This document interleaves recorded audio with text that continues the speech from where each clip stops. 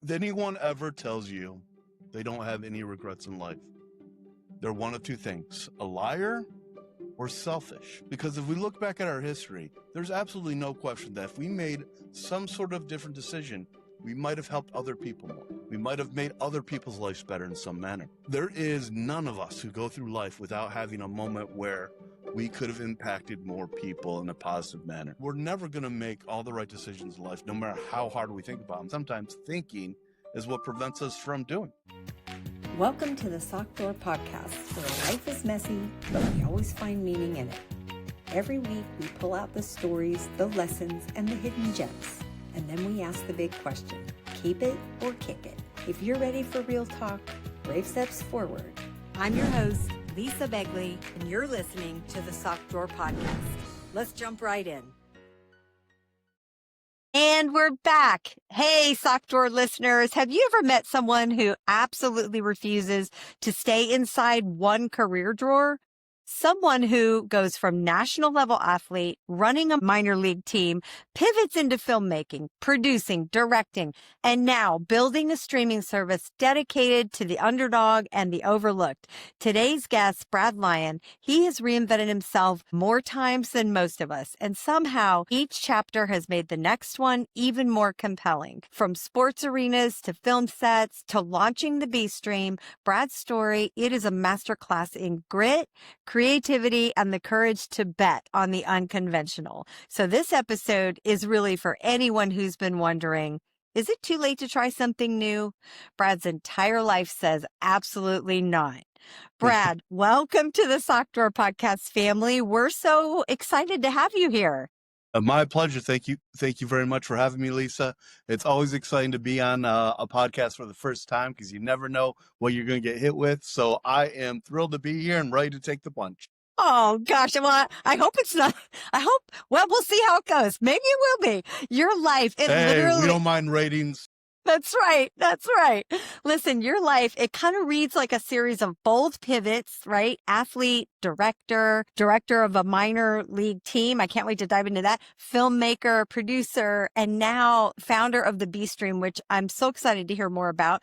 So you have reinvented yourself in ways that a lot of people wish they could, or maybe just never get the opportunity to do so.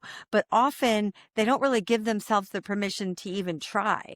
So today, let's pull open some drawers, the chapters, the pivots, the creative leaps, and go behind the scenes a little bit where the grit lies, and you can bring it to us. Let's start by just saying, hey, you grew up in Flint, Michigan. That's kind of your origin story, right? You grew up in Flint, Michigan. Let me see if I got this right. Pulled between two worlds, athletics and the arts, which that can always be a kind of a tightrope to walk. And did that dual passion sort of first come into play for you?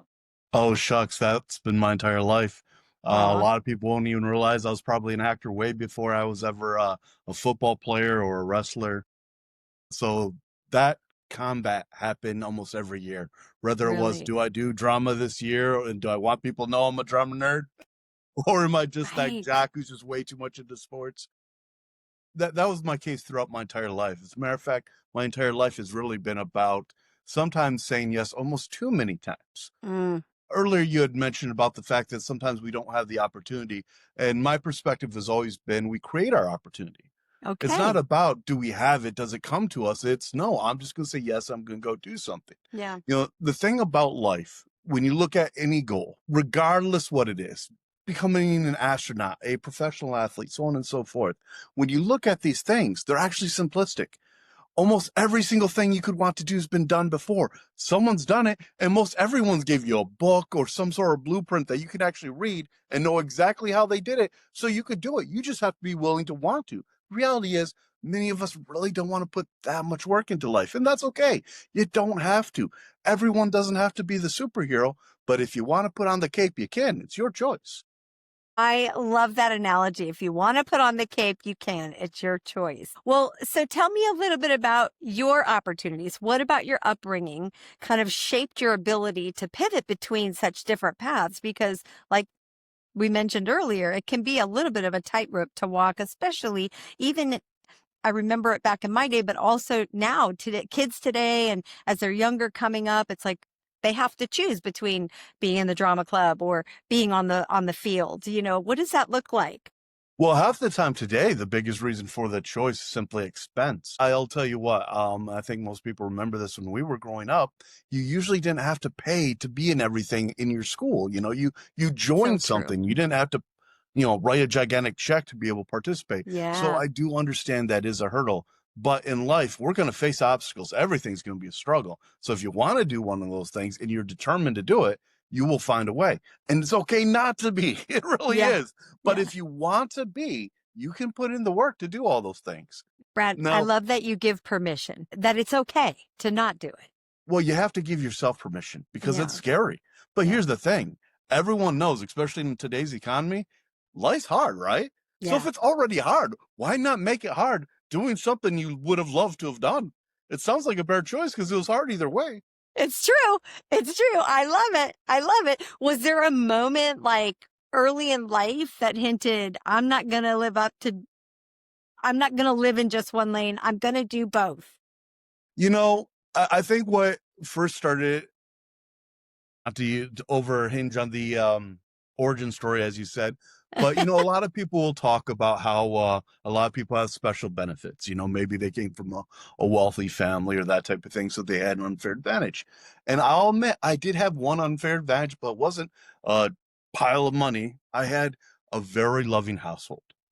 And I had a pair of parents that would have supported me on any choice I made, and they did every choice I made. So I did have a family that was always like, "Hey, if you're gonna go do it, go do it. You can do it." Yeah. Like we believe in you. Make the choice, put the effort in. Matter of fact, sometimes I used to give when they were still here, I used to give my parents a little bit of hell every now and then. I'm like, you could have gave me No. more discipline. Like you could have been harder and said, no, you gotta win sometimes, Yeah. But they were such a blessing throughout not just my early life, even later into my years. I purchased a minor league sports team with my father at one point. When my father was retired and I got into film. He became a production manager. My mother was a production supervisor. My mother didn't even work in sports. She was a former dancer who wound up Nice. running half the football team at some point. She would run a lot of our game day operations. She even won a minor league football news female executive of the year award one time. Oh, So thank you, Joanne, my mom, Joanne oh, Lyon. So yeah, the blessings I had was people who not just said, go do it, but if you want us there, we'll be there. And they were there for the whole route. They helped make movies. They helped me make a studio. They helped make the football team. Even in my scholastic years, they were at every game. You know, so if they could have supportive. been, they probably would have drove all the way to the colleges I went and played for, or even some of the professional games I was at. Yeah. All right. So tell me that you're very, very blessed because as we both know that that's not always the case for a lot of folks. So that's a great start, a great foundation. Now share with me if you would. Okay. So let's start in high school. So we're in high school. We're making those choices, sometimes drama, sometimes do I even want people to know I'm in the drama, department kind of a thing. Well, What it was a happens? different era. I mean, A hundred I'm growing percent. up in, Yeah. in the 90s. And in the 90s, there truly was a jock table and a drama table and what have you. Yeah. There were different groups. I was very lucky to grow up in a community where it wasn't a racial divide. Yeah. It wasn't a religious or ethnic aspect. Everyone was together just in their own like niche genre stuff they like to do. So yeah, that created a certain division. I hopped around schools a little bit, and during that time frame, there was a couple schools where I was like, "Wow, this one did a great job of merging and not caring." The one I graduated from, that was definitely one that cared. Okay. So that's high school. Yeah. So when you got through that, when you went different schools, what was the next step? When you coming out of high school, you went to colleges, right? So were you Well, recruited how did that all go? I Tell me was more. not the number one athlete in the state. I wasn't the top recruit, but I had worked hard enough that, especially towards the senior year and that prior off season, where people started recognizing it. Whether it was in, especially my work in more the international styles of wrestling, freestyle and Greco, that type of thing, and the camps I was attending in football. Because of those things, there were now coaches who were saying, hey, come on out. Did I have to do probably a little more of the leg work than the average guy? Yes, I did. I was playing a dead position. I was a fullback. I wasn't the tallest guy in the world. I wasn't 6'5". So, I remember going on one particular recruitment trip and they're like, we're still interested in you, but we really expected you to be taller. And I'm like, I'm exactly the height I was when he first talked to me. He's like, yeah, we know. We will let you have been like 6'1" by now. I'm like, Yeah. sorry. Expect you to grow 4 inches in 6 months. Yeah. Oh my It, goodness. it was unique because it was kind of like my high school life. I played a lot of sports in high school. I was a Yeah. 4-sport varsity athlete at one point. And in college, it was relatively similar where I think I would have excelled on a higher level if I would have just chose one thing. But because a lot of people were like, hey, you could play on this level, but I don't think you can play on this level. Or I think you could wrestle on this level, but I don't think you could wrestle on that level. Mm. Because of those aspects, I was kind of a little annoyed. I'm like, not only can I'll get a scholarship for both. Yeah. So I was really animated about doing that, which eventually, I achieved. But that also carried over into my college years where Mm. instead of focusing on being great at one thing, I Yeah. divided my work, and that did cause me to maybe not excel at the level I would have wanted to, even albeit that a lot of people in my life would have said, hey, you did great. I'm like, but I could have done better. Yeah. Yeah. And who's to say? I mean, I hear you on that, right? Because I hear this all the time, even just now. You got to gotta commit to one thing. You just got to commit to one thing and stay focused on that. And that's where you're going to put kind of all your. I've never been all eggs in one basket human being, and you don't seem like that either. And I can give a relatively thorough answer to that. And here Let's it hear really it. is just going to come down to your personal choice. One of two things will happen, and that's it. The greatest in the world at whatever you'd want to be, if you want to be the greatest, they are obsessed. Yeah. They're just doing the one thing. Yeah. It's why I didn't win a world gold medal. I won a world bronze medal. It's Yeah. why I never became an NFL All Pro, but I have a few All-Star bids in the minor leagues. I was 2005 All American, but I wasn't a first teamer because I was doing a multitude of things. And here's really the question you have to ask yourself, depending on where you want to go when it comes to that type of choice. Do you want a multitude of experiences? And if you're really good, a multitude of experiences where you can be competitive at everything, Mm-hmm.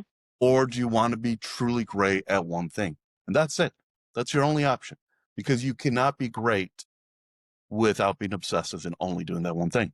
Yeah. I was phenomenal at a lot of things, but I could not defeat the obsessive ones because it was just simplistic math. It's number of reps. How many times are you going to dribble that basketball up and down the driveway? How many free throws are you going to shoot? The guy who becomes Michael Jordan outworked you.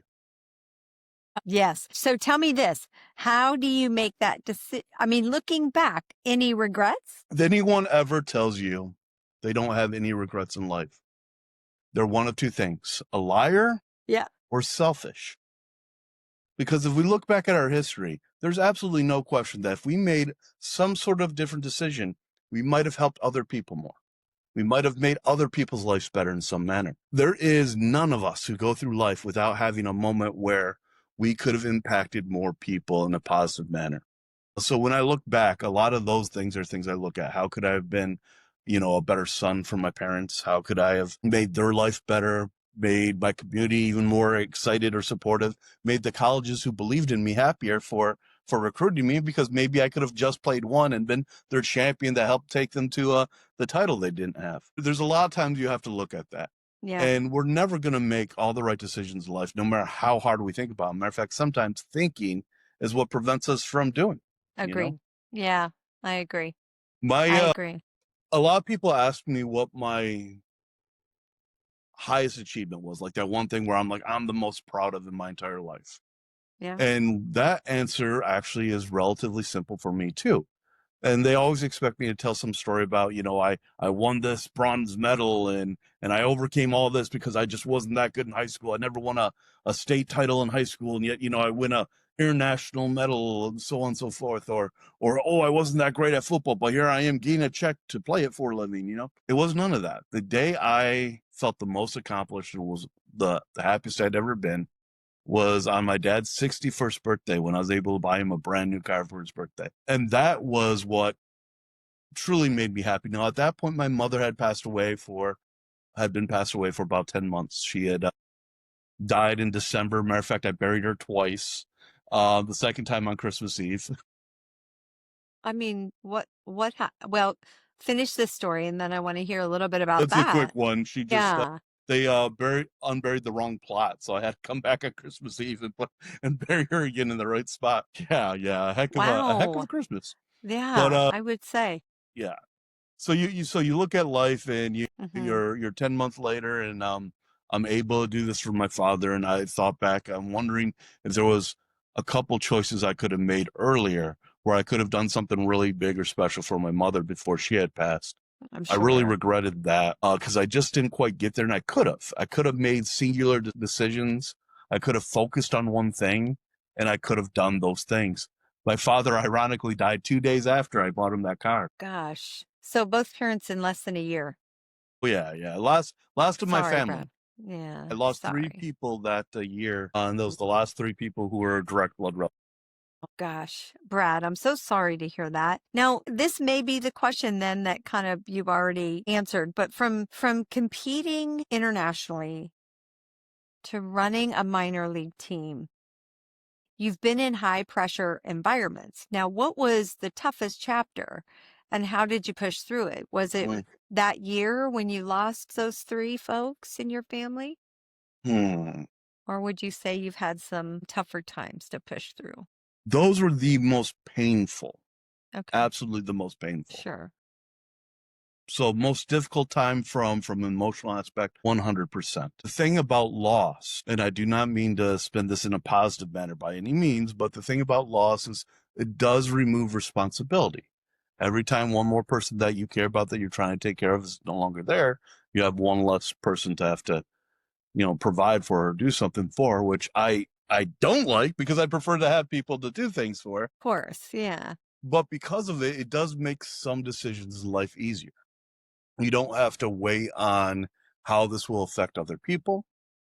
You don't have to weigh on if this choice is the correct choice. Am I going to make their life better or their life worse? So there was aspects that might have made the struggles that I had from there on out that were still very tough a little easier because I didn't have to worry about the repercussions. The only person it could affect was me. And that's a beautiful thing because I don't have to worry about anyone getting hurt by my decisions.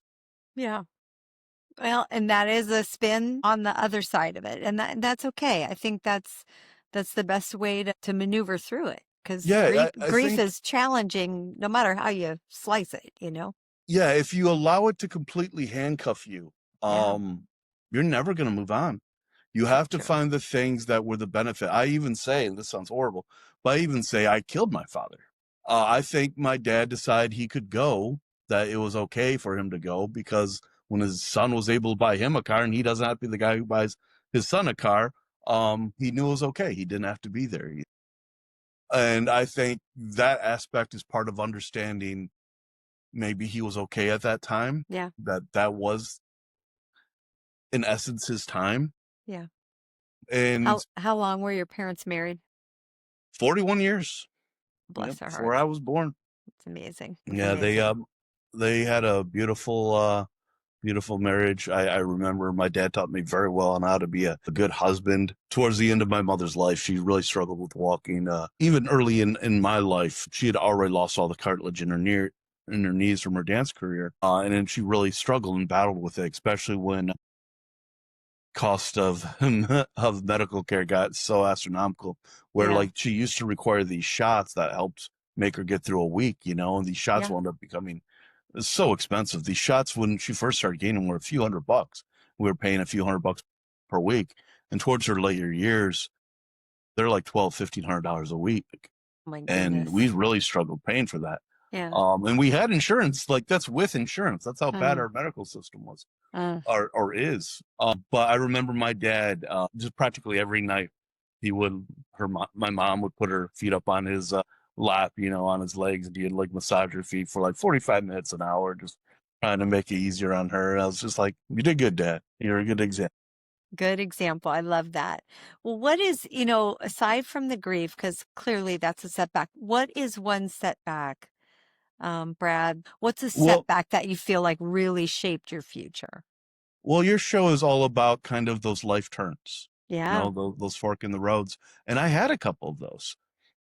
Some relatively significant. Early on, in the late '00s of 2008, 2009, 2010, um, we owned that sports team that we talked about, and that Yeah. team was something we loved and something we succeeded with on certain levels. But when the economy collapsed in 2008, the huge market collapse, Right. we went from the largest minor league in the world. We had 126 teams from Canada all the way down to Mexico. And in 1 year's time, we went down to 64 teams. And that prior season, our team had all in-state rivals practically. We had, teams we were driving 45 minutes one way, maybe 2 hours, farthest point. We had one overnight stay, right?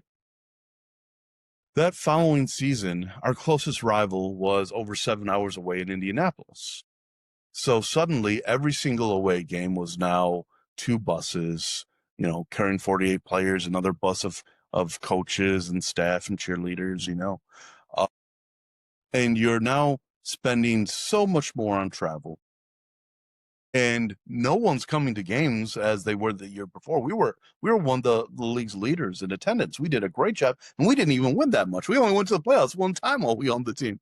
Yeah. But our fans came, and they were strong, and I mean, we did really well with that. But by the time that year came and the economy had collapsed so hard, people couldn't just afford the tickets all the time. And our tickets were cheap. We had a $10 general admission ticket, but Yeah. like you couldn't at that time. It was a tough economy. So we really had to look into reinventing ourselves. We had to do something else. And as film became prevalent and I was not succeeding as a professional athlete, those checks were few and far between. I Mm. remember at one point I even got cut in Canada. And if you get cut in Canada playing American football, you probably should put it up. At that point, opportunities that came in my way from film that we made the best of really Yeah. helped shape the decision to move into film full time.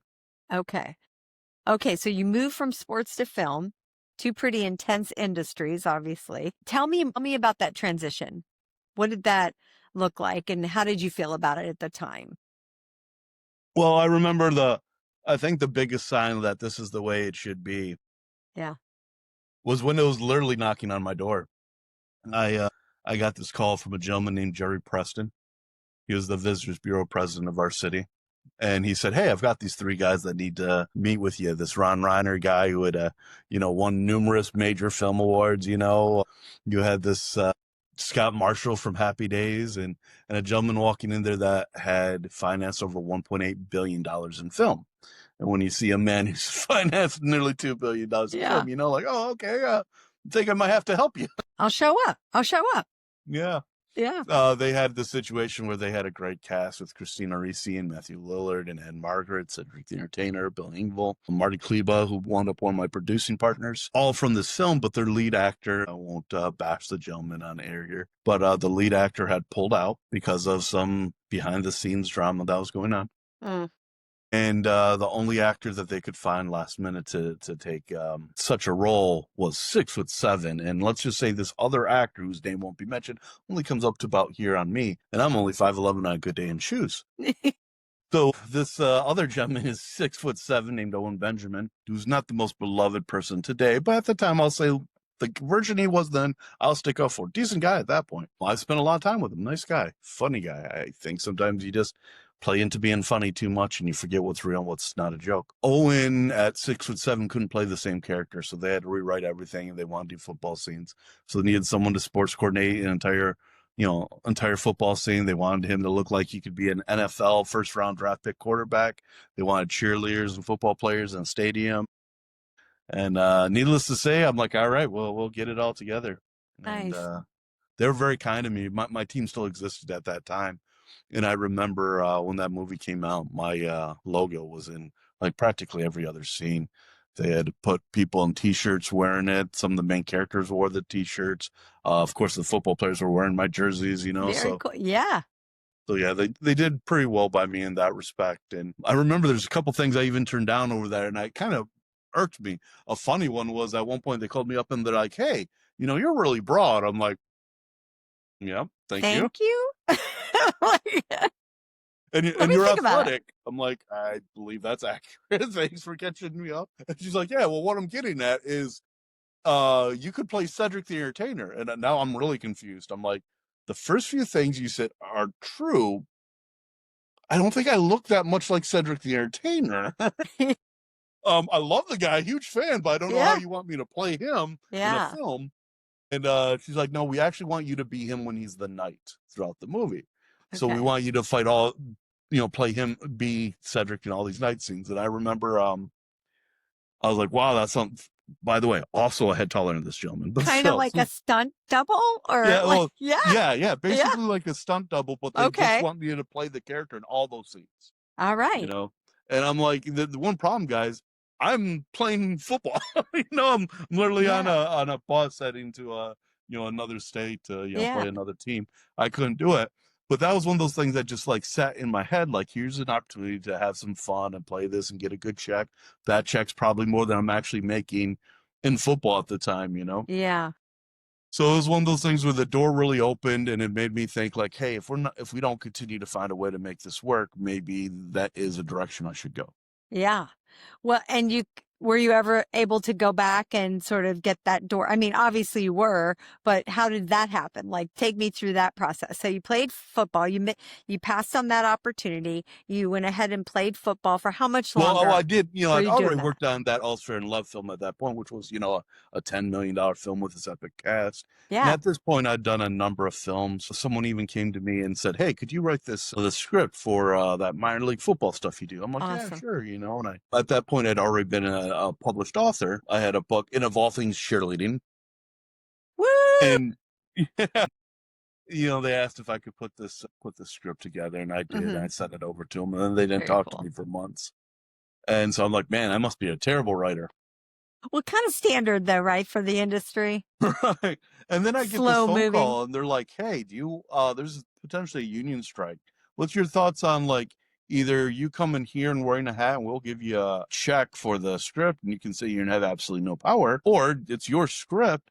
I can get you distribution and own a little percentage of the film and you can self produce it and I'll help you produce it, you know? And I'm like, well, yeah, I'm glad to hear you liked it. And he's like, well, I should, you know, after you won that award. I'm like, say what? They're like, well, yeah, you know, you won your best new writers award. And I'm like, wait, how do you know I was in it? Like, you submitted it, not me. Like, I had no idea. My No one told me. It's gosh. like, suddenly I'm Googling websites. I'm like, I'll be darned. There's my name. I won. My gosh. That's fantastic. It's a trip. You'd be surprised in this industry, the number of times a film you've done or something Yeah. you're attached to winds up in some competition, whether it's minor or major, and you win this award and you never even know or never even receive it. I Nobody just won calls this you. best, yeah, I won this best filmmaker award. Yeah. It was called the Florida Gem Award, right? Yeah. And this was just a year or two ago. Never once ever received the statue thing that they show.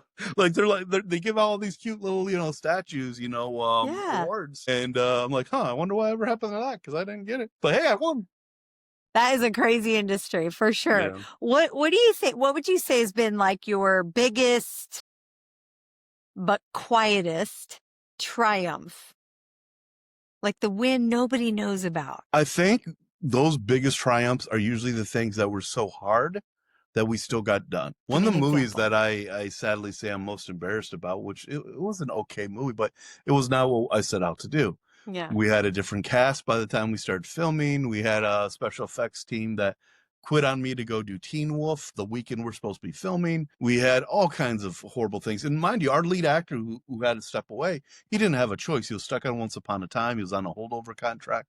He wanted us to push the dates, but we couldn't afford to. So all these things go wrong. And yet somehow we still, you know, finish the movie and we get it done, we get it released and we premiere it. And it seemed like it was going to be impossible to get done. And if you never worked on a film, It's kind of Yeah, crazy to realize how hard it is to get it from stage one to all the way to complete and, sitting there sure. in the theater watching it. And I've done a lot of crazy things. Like I started a college sports team once, at MCC, and we I got don't think that I had together. that on my list. Yeah, there's a lot of stuff out there. I've been a college head coach. I was just a head coach a year or two ago at Florida Gulf Coast University. Um, How was I've that? done a lot of those things, but I think Yeah. really it comes down to just like the things that didn't seem like, man, how are we going to get this done? And somehow we did. Those are the maybe just being here, really what it comes down to, like Yeah. still surviving. Because not only did we manage that, even after like the team was going down and we couldn't find a way to save it, that league eventually folded. Like, we found a way to not lose our butts and become homeless, and we'll end up launching a studio that was successful. And then the studio, So cool. we built our entire financing model in the state of Michigan based on a film incentive. And that film Hmm. incentive pays you money back based on the money you spend in the state you're filming.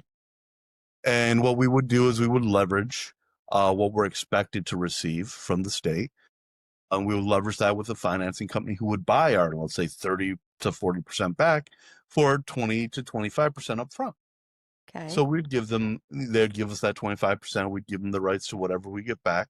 And we would use that to leverage making the film. We would get a loan that's the budget of the movie, and we would pay for that loan and pay for the film using the money that we had received for that advance. And that allowed us to keep making movies year out. And then the state capped the film themselves and completely got rid of it. And suddenly we don't have a financing model, and no one wants to finance us in Michigan because now they're like, there's no reason to make a movie in Michigan. You don't have a film incentive. Yeah. So we have to close up a studio, and I have to somehow survive again, and totally change the company and change everything. Because we're dead in the water. I tried to shoot one more movie there in that state. And I remember not only was it difficult to even raise the money, but I couldn't even hire Michigan people. I was struggling so bad because everyone who was a serious professional in Michigan abandoned the state. They had to go somewhere else.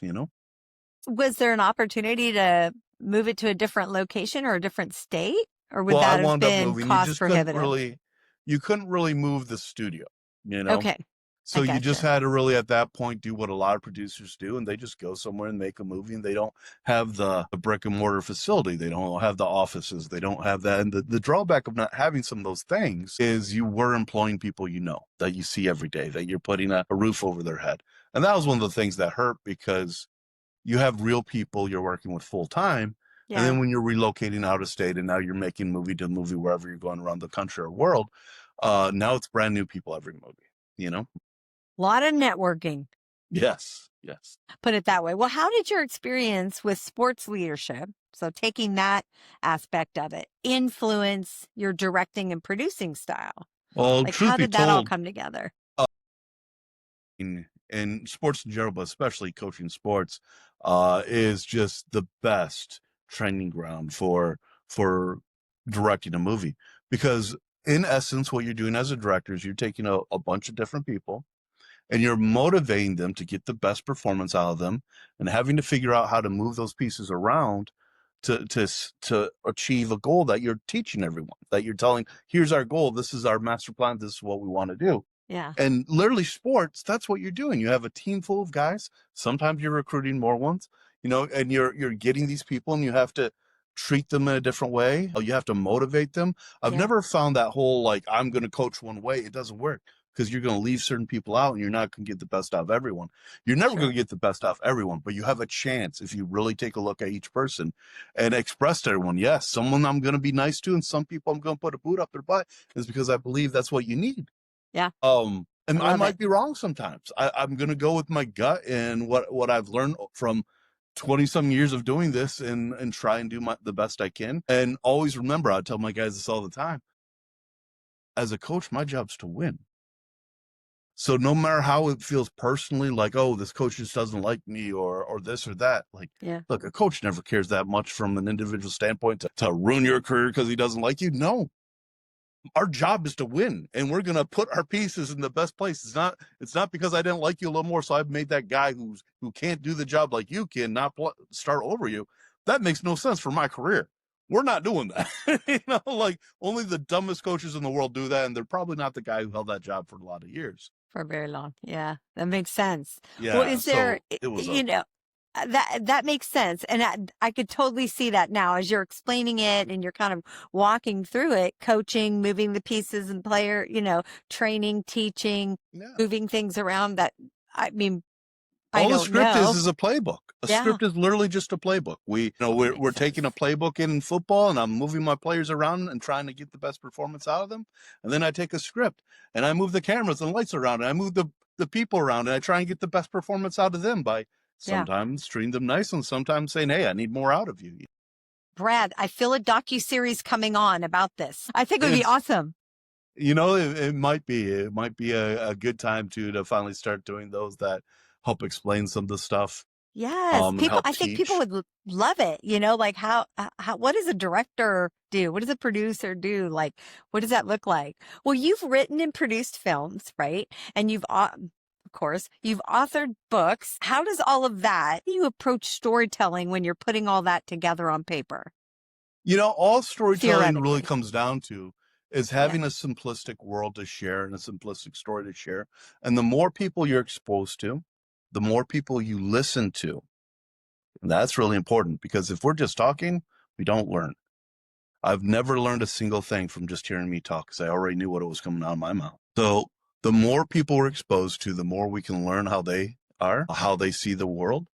We can hear how they talk and how they feel, and we can put that into those stories. Because if we just use our own voice, that script is never going to be good. No matter how biased and awesome we think we are, it's not our voice for every single character, or we're just going to see ourselves talking to each other in the entire movie. We have to find a way to put these people in. And the best way to do that is from experiencing different people and learning from them. I love that. Now, how many books have you authored at this point? Not many, more scripts than books. Okay. I'm typically a guy who does screenplays. Okay. I'm What oddly what inspires them? When you think about, okay, I'm gonna write this screenplay. What is it that I generates that think every inspiration? great film Yeah. is a character study in a moment. Whether it's a love story, it's how that person's dealing with herself. Whether it's a superhero movie, it could be a sports movie, it could be action movie, it can even be a horror film. Shaun of the Dead, for instance, if it's character driven, if it's about the relationship and then what's going on around the relationship, you've got potential to have a good movie. Because a lot of people just start with like, I have this great concept. It's never been done before. It's going to be amazing. But there's nothing there to it. It's just, you've got aliens. Awesome. And Now cool. They what? like peanut butter. Awesome. This is, like, this is great. But like, who Yeah. are the people and what's going on with the Yeah. people? And why do they Yeah. matter? And why do I care about the people? Yeah. And when you learn that, and that really comes down to why do you care about people in general? Because the key to being a good director is caring. If you've never learned to care about other people, you're in the wrong line of work because you have to know how to care about a person to know how to make characters that people are going to care about. Yeah. Is there a creative project that you've done that felt especially personal to you? There's a nightmare project I have not successfully. Technically, I completed, but it's not the movie I wanted it to be, and I'll probably go back and redo it 150,000 times. There's a movie called Brock's Diner. Right before my parents were dying, I had actually went to open a diner or a restaurant. It was actually a hot dog place for my parents as like a gift of something to do in their retirement. But they passed away before they were able to do it, and then that got closed down. So that's neither here nor there. But in a script, I built a horror movie because I'm mostly a horror movie guy. But I built a script around that basic story about a person coming back home, who didn't quite succeed. It's actually about an athlete, retelling my own story to a degree, who didn't make it as an NFL superstar, Yeah. did okay enough to do some things with his life and is trying to make some decisions and trying to figure things out with his family. And then the family passes on. And in that essence, it was about like carrying on that diner. Aw. And what happens in that thing is because his parents die, but they don't have insurance, he has to pay for it. So now the savings he has from being an athlete's gone because he paid for these funerals, which I experienced in my real life because both my parents died young. My mother died out of nowhere. So we didn't have life insurance for her yet. So I paid for that. And then we were going to get life insurance for my dad, and we just didn't get to it because it's only a handful So of months later. quickly. Yeah.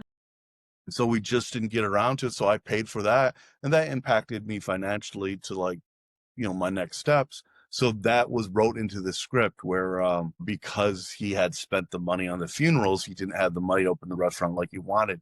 So the only place he could afford to rent was in a rather questionable place, and Mm. kind of Gremlins like, where if you don't follow a set of rules, you'll kind of unleash hell. So the whole storyline is about him, deciding to protect and keep this diner. Probably the only thing he actually followed through with on life, purely because this was supposed to be the gift to his family.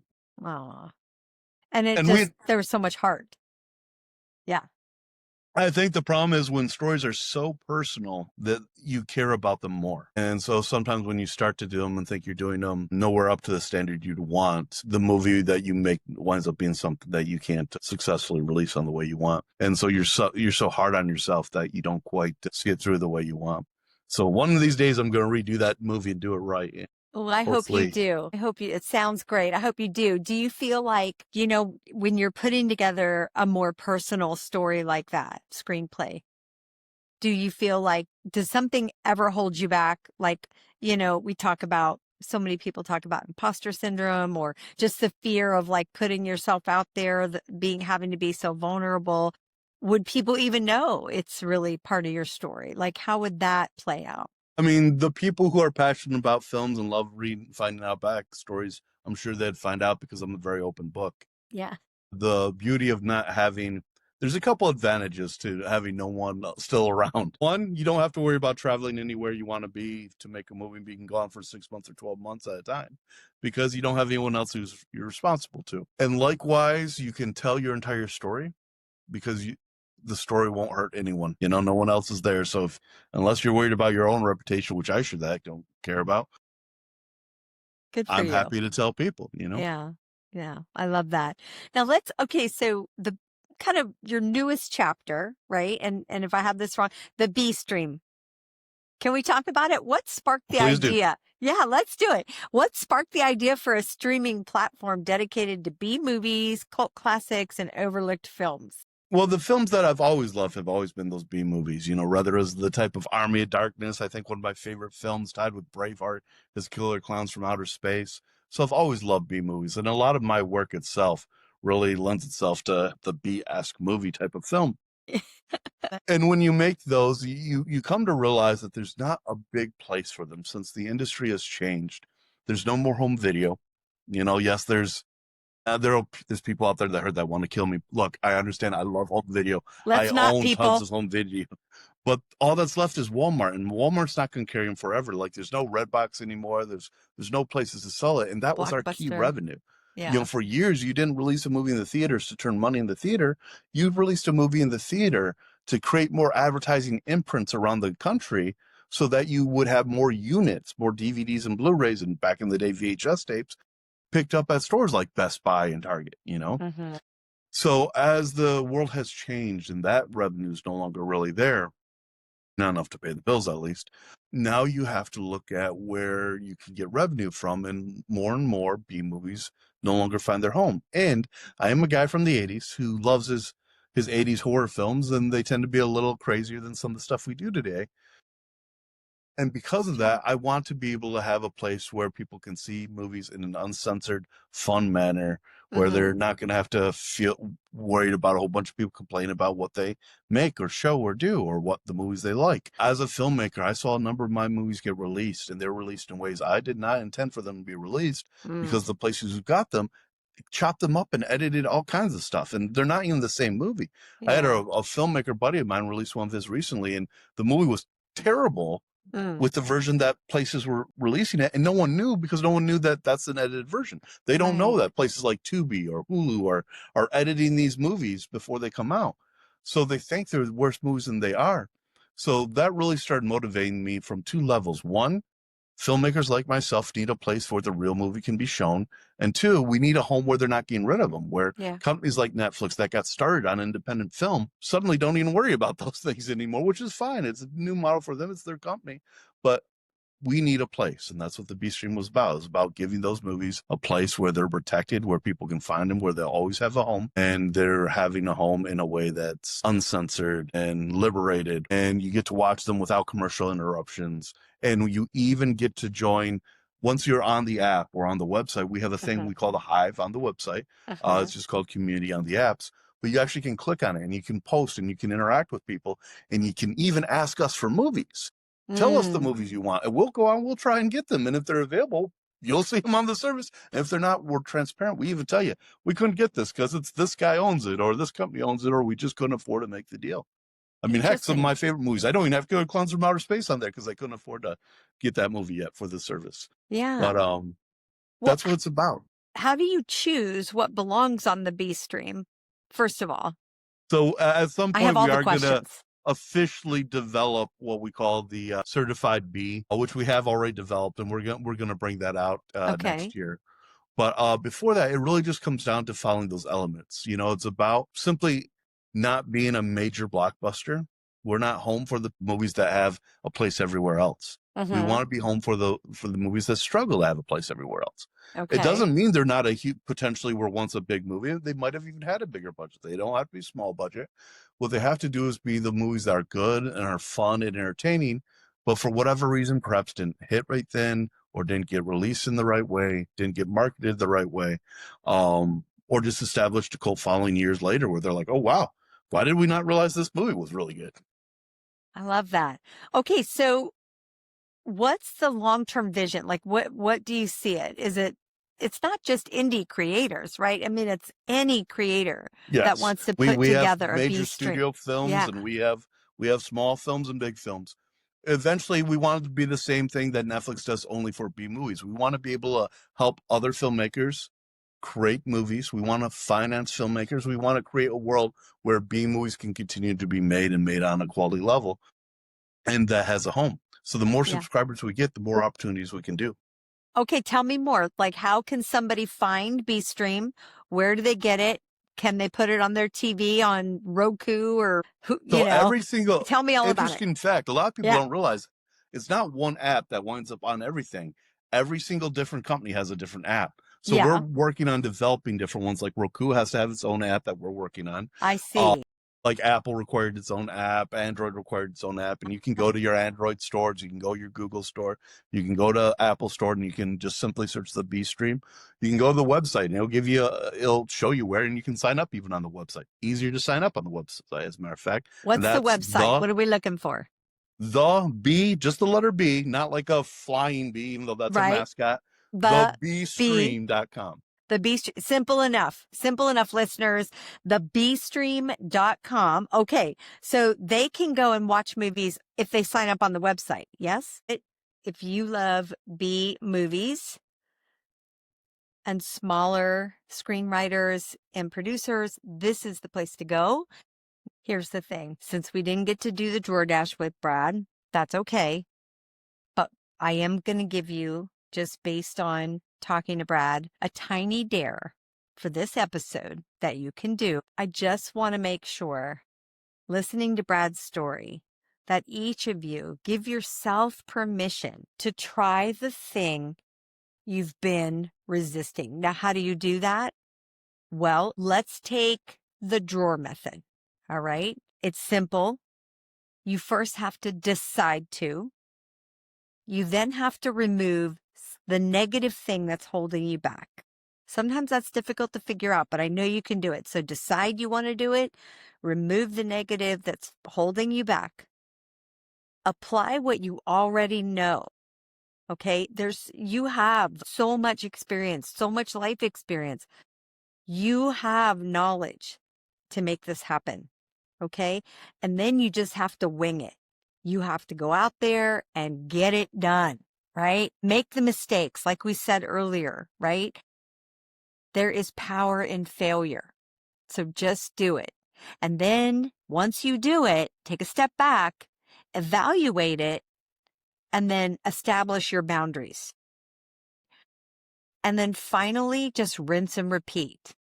So decide, remove, right? Apply, wing it, evaluate it, rinse and repeat. If you can follow those 6 steps every day for anything that you've been holding back from doing, literally, you guys can do this for, I don't feel like getting out of bed today. I don't feel like getting off the couch. I just want to sit on my phone all day long. I know I don't really shouldn't, but I just want to, or whatever. You can decide not to. Or 2, you can, again, right? Go ahead and remove put your phone down, right? Fling the covers back. Whatever it is. Remove the person out and walk away from the person in your life that's causing the negativity. It can be the smallest little thing or it can be the biggest thing. But this drawer method that I've created just for all of you works for the tiny little things you struggle with doing every day to the big things in life that you want to give yourself permission to do. Somebody asked me once, Lisa, how do you change so many times? How do you pivot? Well, I pivot by using this drawer method. I had to think about it. And that's what made me create the drawer method, was because I had to figure out, what are the steps? What's the steps I take? What happens in my brain? What happens in my heart and soul when I decide to, keyword, decide to pivot and do something else? Leave a job, take a job, move across country, do something completely different. Whatever it is, I decide to. I remove the negative. I apply what I know. I wing it, because you just got to get out there, take the risk. Then I evaluate it, take a step back, good, bad, otherwise, whatever. Create some boundaries. I'm going to stick with it. I'm going to do this. And then I rinse and repeat. And those are the steps I've taken. Here we go. 60-second drawer dash. Sounds good. This is just a rapid fire. Quick questions. A film you think everyone should watch at least once? Super from James Gunn. I was like, super or what? Yeah. Okay, a super from James Gunn. A B movie that deserves more love. Thursday the 12th? Ooh, I directed it. That's not fair. Fair? Absolutely. It should deserve more love. First thing you'd grab during a creative block. Oh. Coffee, notebook, long walk. What would you I do? grab a coffee every single day. I can't use that one. I actually typically try and work remotely when I'm not actually. I've now moved over to our editing suite for those of you who are confused. And in doing so, normally I will, because I work remotely, I travel all around, and you'll find me at some random Starbucks here or some small town coffee shop. So I can't claim the coffee because I'm literally operate off of it. Maybe when I cheat and have a Mountain Dew. Okay. All right. A sport you still love to watch. Obviously football, though I can only watch my own Detroit Lions. Obviously, I was born to be a fan because the middle name's Leo and the last name's Lyon. Makes sense. Because if I watch other teams, I just start thinking about playing. I came out of retirement and played a season at 40 years old. Amazing. Yeah. That is amazing. Funny story. A girlfriend of mine and I, we traveled years ago. She's a Detroit. We were living in Lancaster, Pennsylvania at the time. And we got tickets and flew to Detroit and saw the Packers Lions game, which I'm a Packer fan. Sorry. Sorry, not sorry, I guess I should say. But we flew there. She was a Lions fan. I was a Packers fan. Of course, wore our garb and went to Detroit and saw the Lions play. And it was so cool. It was just a great thing to do. We had the best time. So go Lions when it's not the Packers. I have been able to film before at your stadium in Green Bay. At Lambeau Field? Yep. And You did? Directly across the street too at that little brewery you have. Brewery or distillery.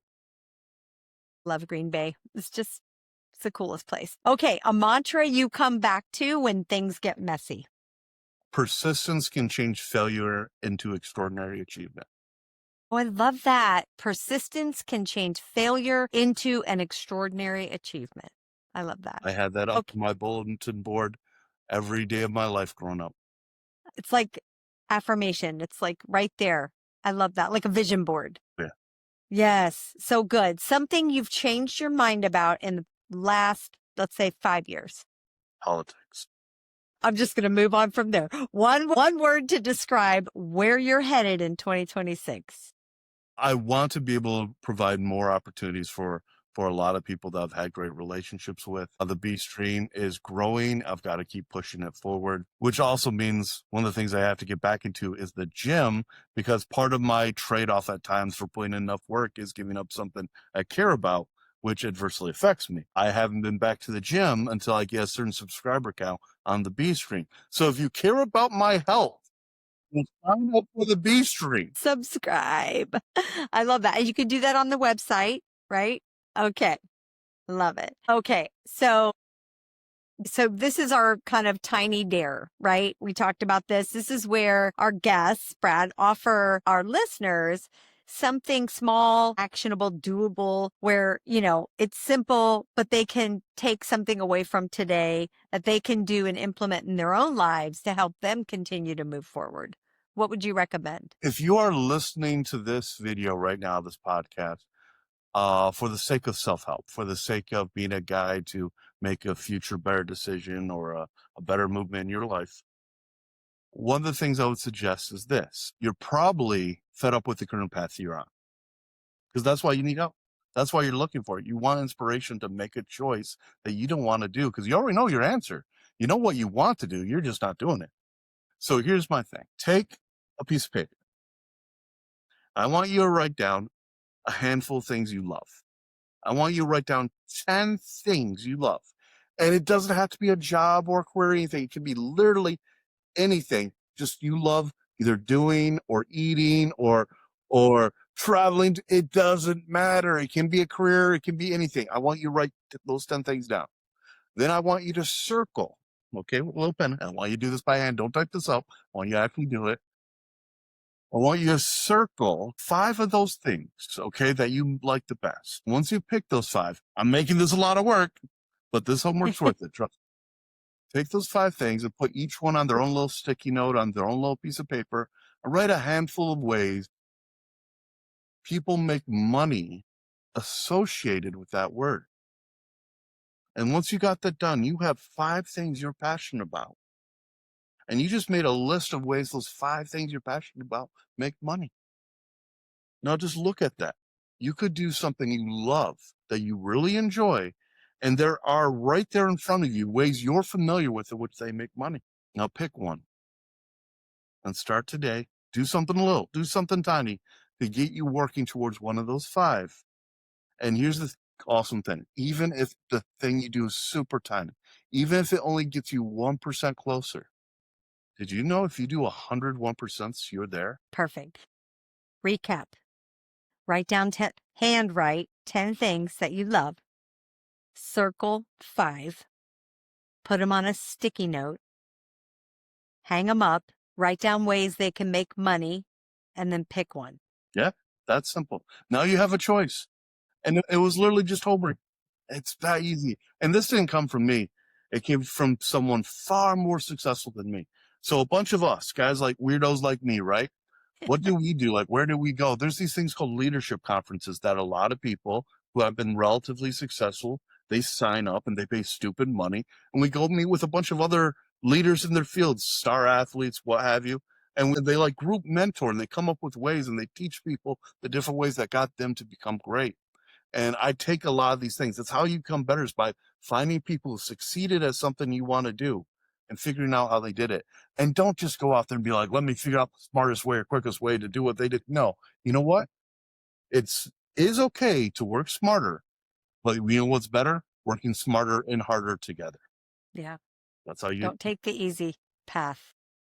It's not generally the easy path is not the way. I agree with that. And listen, when you guys do this, now, where can they find you, Brad? Are you on social media? Where can people find you? Typically, you can just search Brad Leo Lyon. If you Google me, Google opens up this whole thing like, hey, this is who Brad Lyon is, blah, blah, blah. Yeah. And they'll actually link you to all my social media. But it's typically the real Brad Lyon or Brad Leo Lyon. Normally it has a blue check mark, so you'll know if it's me. And it's Lions, singular, not lions. I learned that. So listen, when you do this, let us know what you ended up with and your step you're taking. Tag me, tag Brad, and let us know that you're doing it. We'd love to hear it, right? Brad, whew, What an episode. My gosh. Thank you. It has just been a journey for me personally to have you on. Thank you so much. And I'm just appreciative that you joined us today. I hope you can come back and we can talk more because I've really enjoyed it. Your journey is such a powerful reminder that life it's never one lane. It's never one storyline. But it doesn't have to be as complicated. It really doesn't. Yes, it doesn't, Be simple. right? You just have to say yes. So Just say yes, yes. and your courage to say yes and reinvent from being an athlete to director to founder, I mean, shows us that every chapter counts, even the unexpected ones. Your honesty and creativity is a gift, and we appreciate it. You've done all this with grit, and I'm sure it will stay with our listeners long after this episode. So thank you so much for being with us today. And listeners, remember, I'm here for you. Stay brave, and we'll see you on the next episode. All right, Sockdor family, that's a wrap on today's Drawer Dump. Big thanks to our guests for sharing their story and their heart with us. Until next time.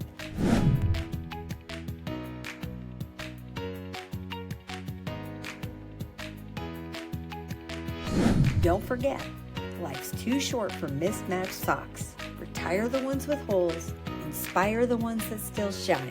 See you soon.